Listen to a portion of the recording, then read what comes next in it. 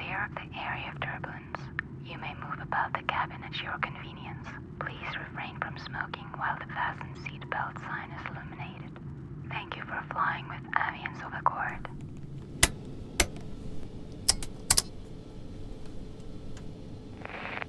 Cabin crew, seatbelt sign off.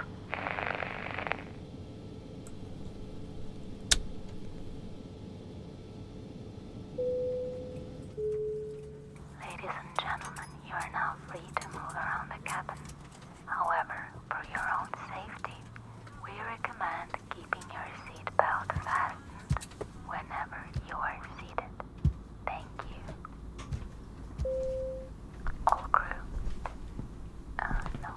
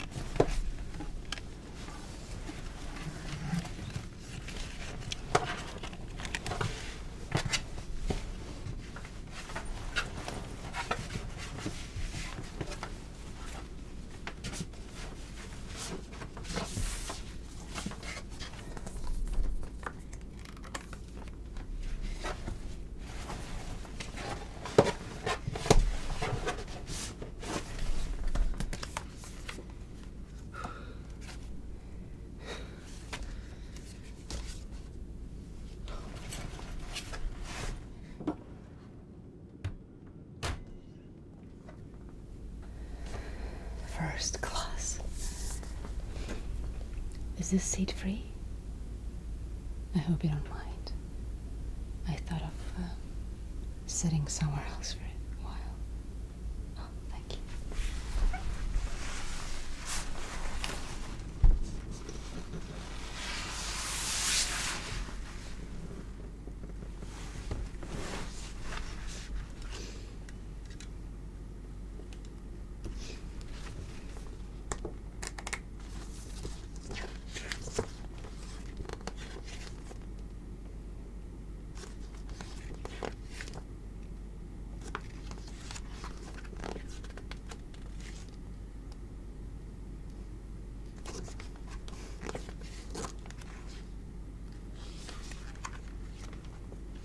Your friend seemed to have mastered the art of sleeping through a flight. Are you traveling together? I was beginning to think I was the only person awake.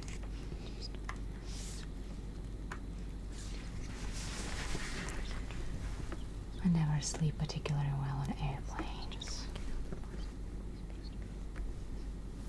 As a matter of fact, I was just reading an article about sleep on set. Occupational hazard, I suppose.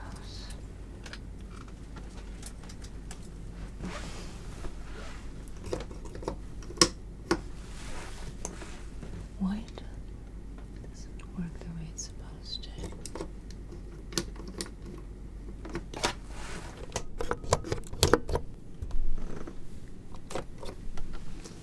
It's too bright. Let's not wake everybody up.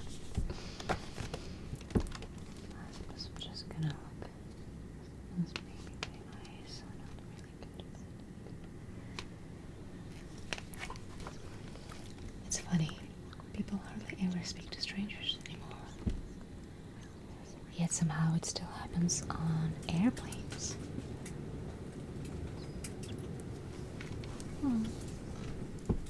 Perhaps because everyone knows the conversation has an ending.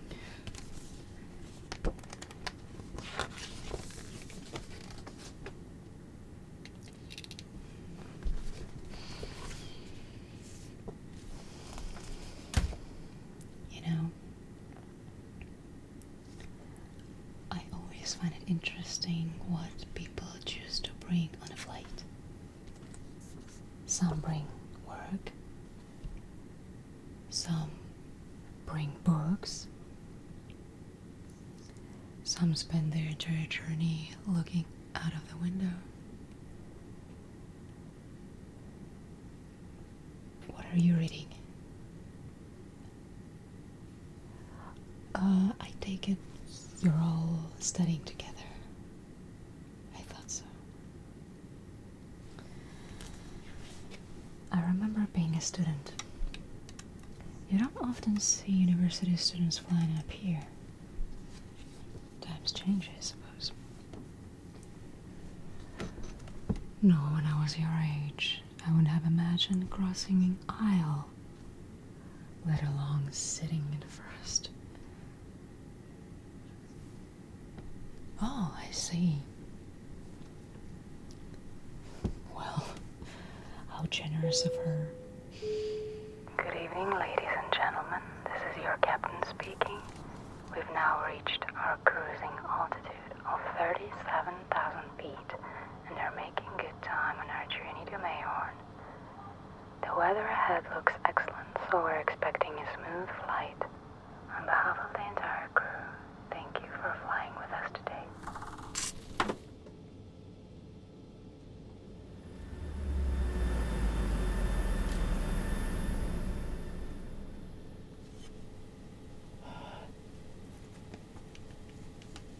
I hope they keep the smoking section quiet today.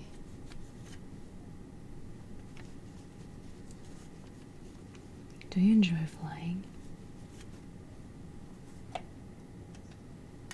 Your friends didn't waste any time.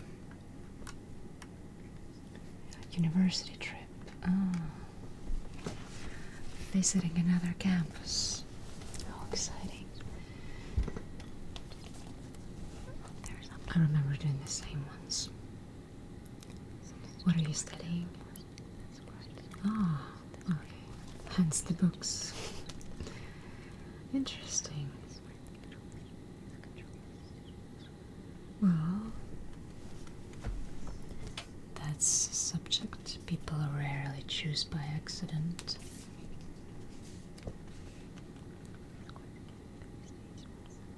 It's funny how a single word changes the way people look at you. Tell them you're studying engineering, they ask what you're building. Tell them you're studying psychology, they wonder what you already figured out about that. Me? Oh, I'm on my way to a conference. Nothing nearly as exciting as it sounds. It's on sleep research. Well, I suppose your friend would qualify as a very cooperative participant. Oh, dreams, memory, consciousness. That's mostly what the conference is about.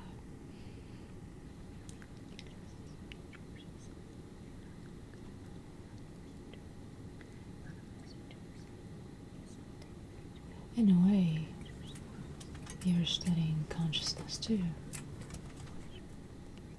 The psychologist simply walks through a different door, right?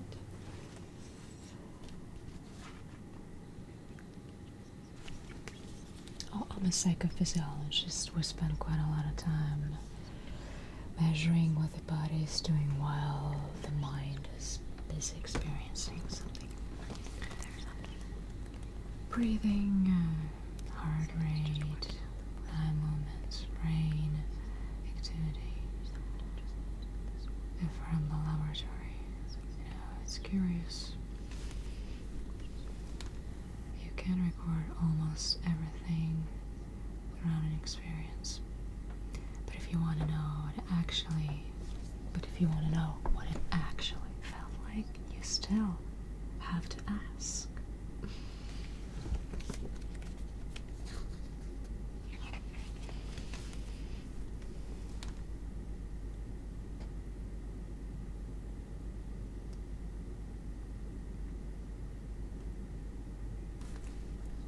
Have you always known that's what you wanted to study?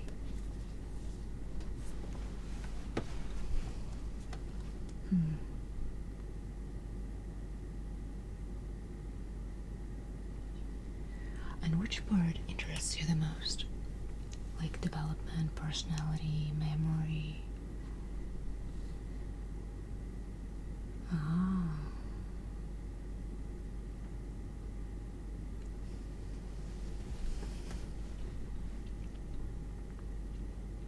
Do you already know what you'd like to do after university? Ladies and gentlemen, if you are seated on the left-hand side of the aircraft, you may have a clear view of the coastline below. Visibility is excellent today, so it's well worth a look. The best view is on the opposite side of an aircraft. And everyone who could have enjoyed it is asleep.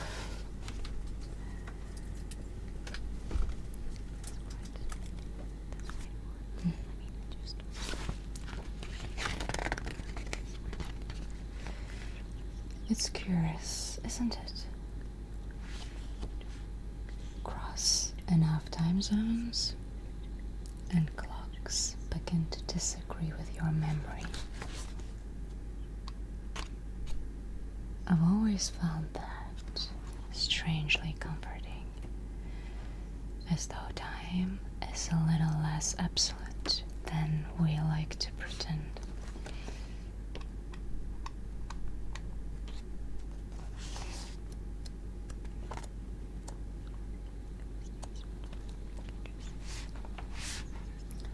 It's interesting what the mind accepts as perfectly reasonable. Take dreams. You can be walking through your childhood home, open the door, and suddenly you're standing in the city you've never visited. Someone who passed away years ago is sitting at the table.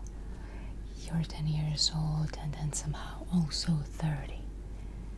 None of it makes any sense. Yet while you're dreaming, you never think to question it. Not until you wake up. I've always found that remarkable.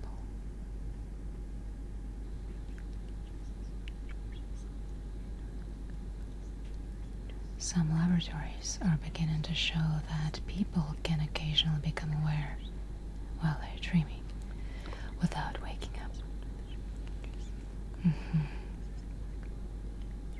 You've heard of Stephen LaBerge?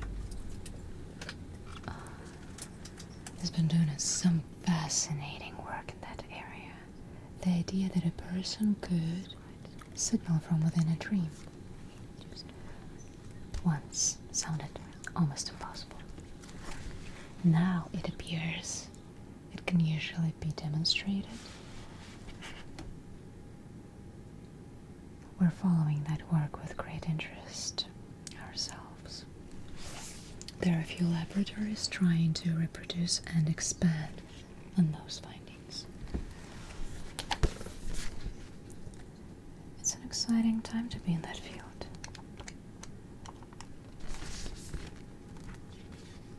Have you heard of dream trace? What about your department? I imagine most undergraduate courses don't spend very long on sleep. Perhaps a lecture or two. Unless you've been taking electives. Have you? Any seminars that caught your attention?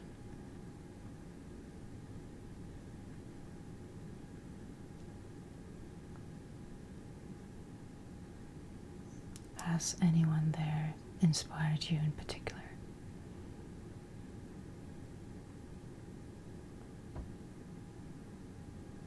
I see. A good mentor can alter the course of life more than an entire curriculum.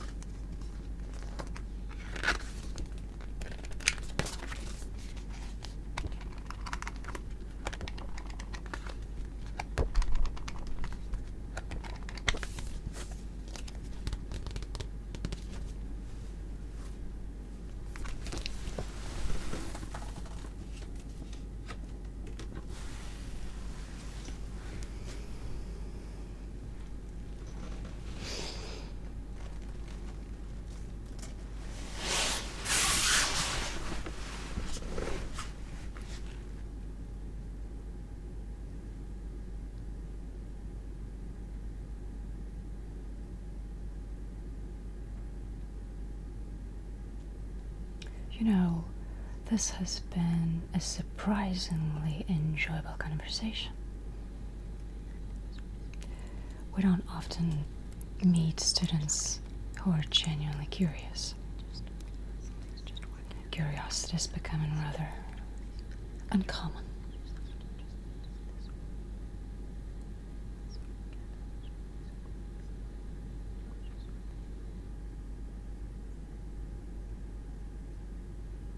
Have you ever had that feeling that academia sometimes stops asking interesting questions just because they're difficult to measure? Because I had that feeling until I met a group of people who weren't quite willing to stop. They came from different disciplines: neuroscience, engineering, psychology, mathematics, anthropology, history, physics, different languages. They all shared one rather unfashionable belief.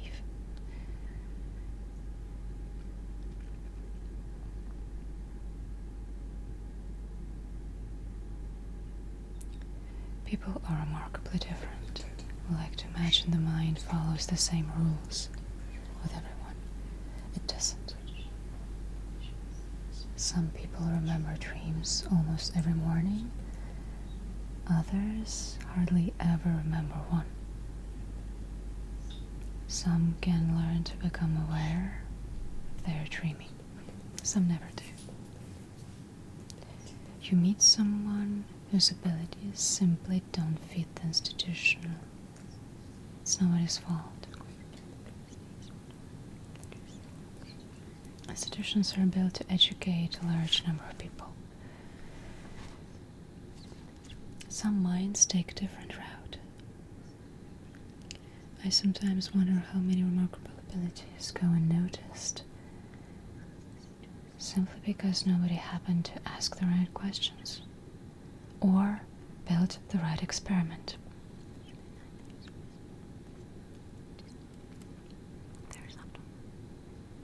May I ask you something a little unusual? If someone offered you an opportunity to study questions that aren't discussed in textbooks, would you dismiss it immediately? Oh, you don't need to answer it